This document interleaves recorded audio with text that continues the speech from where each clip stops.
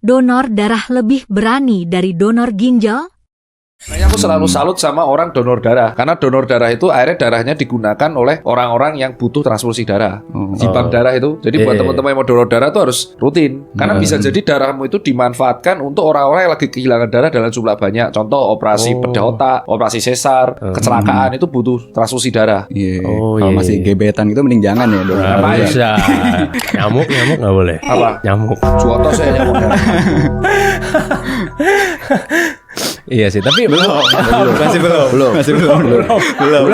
Tahan dulu. Tapi mungkin nggak ada possible skenario di mana kita misalnya pakai transplantasi itu untuk meningkatkan Nggak bisa. diri kita Itu harus misalnya. semua tindakan medis yang dilakukan dokter itu pasiennya harus sakit. Harus sakit ya. Harus. Makanya dokter tugasnya 4. Yang pertama kan sebenarnya adalah promotif preventif, kuratif rehabilitatif. Promotif preventif itu yang kulakuin sekarang, edukasi. Jadi mencegah orang sehat supaya nggak sakit. Nah sebenarnya tugas dokter itu adalah bisa melakukan tindakan asal orang itu ada gejala klinis, gejala sakit. Jadi misalkan ada orang, saya sehat, saya pengen jantung atlet, raiso mas.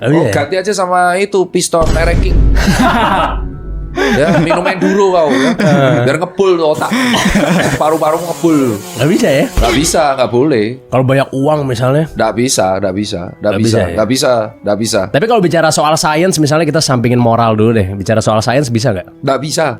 Sulit sekali karena ya untuk menuju organ tuh ada imunitas yang harus ditekan. Nah, kalau misal imunitasnya menolak terus ya gagal lah donornya.